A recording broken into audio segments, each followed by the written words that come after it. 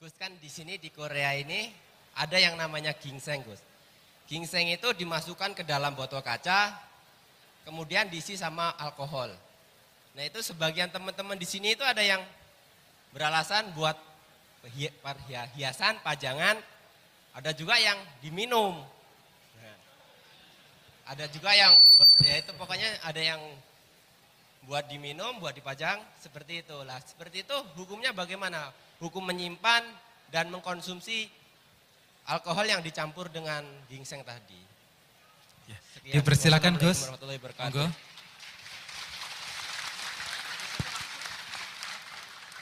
Nah ini langsung aja ya. Yang jelas keren yang nggak minum.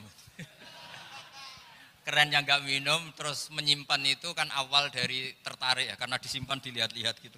Lama-lama kan tergoda. Jadi saya tidak menjawab langsung haram ekstrim. Juga nanti kalau sampai haram ekstrim, Gus hukumnya kok berat-berat, bisa dinego nanti. Makanya jawaban saya yang jelas keren yang nggak minum, ya keren yang nggak nyimpan. Ya udah gitu aja, udah usah tanya macam-macam. Ya bisa diterima Kang ya, bisa terima. Dan Kang Haji, Kang Rohmat dipersilakan. Mic-nya Kang dipindah ke sana. Cek, loh. Oh iya, sebelah sini. Bismillahirrahmanirrahim. Assalamualaikum warahmatullahi wabarakatuh. Waalaikumsalam warahmatullahi wabarakatuh.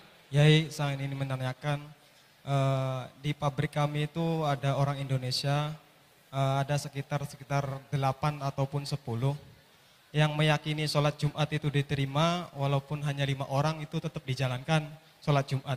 Tetapi ada yang meyakini juga tidak dijalankan, jadi hanya melaksanakan sholat zuhur. Kami yang berkeyakinan bahwa sholat Jumat itu diterima walaupun hanya beberapa orang, itu tetap dilaksanakan sholat Jumat atau tidak dilaksanakan sholat Jumat.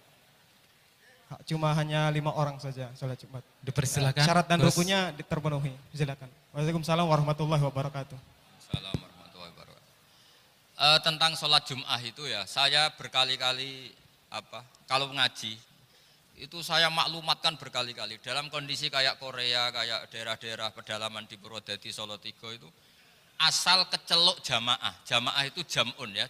Jum'ah dari kata jam'un. Pokoknya ada unsur kelompoknya. Kelompok itu kata Imam Malik ada yang bilang 6 sampai 12. Jadi kalau proses mendirikan masjid terpaksa hanya ada orang 10, monggo saja tetap apa? Jumatan. Itu kaul itu kuat sekali. Itu bukan intikal madzhab, pindah madzhab enggak. Dalam madzhab Syafi'i sampean lihat tuh di Fathul Mu'in, di situ ada satu takbir wasu'ilal bulkiniyu. Imam Bulkini pernah ditanya satu penduduk kampung yang jumlahnya tidak sampai 40. Itu apakah Jumatan apa enggak? Beliau menjawab, tetap sebaiknya Jumatan dan tidak perlu mengulang sholat duhur. Dan itu wahuwa qawiyun, pendapat ini kuat. Karena sebetulnya tidak ada hadis yang sorih, yang eksplisit, cara Jawa yang ceplos, tentang keharusan syarat berjumlah berapa?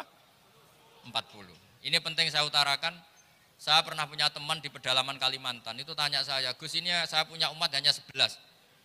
Jumatan enggak gitu. Kata saya, duhur ya enggak apa-apa. Orang-orang enggak mau duhur, masa hari Jumat kok sholat duhur katanya. Kalau hari Jumat ya Jumatan katanya. Ini penting saya utarakan.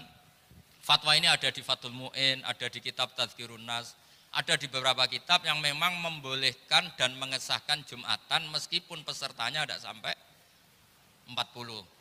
Tapi kalau kondisi desa-desa kayak di Rembang itu kan daerah santri, kalau nggak sampai 40 ya kebablasan. Beli mobil di ORX Autos, lo pasti dapat garansi. Gak mungkin rugi.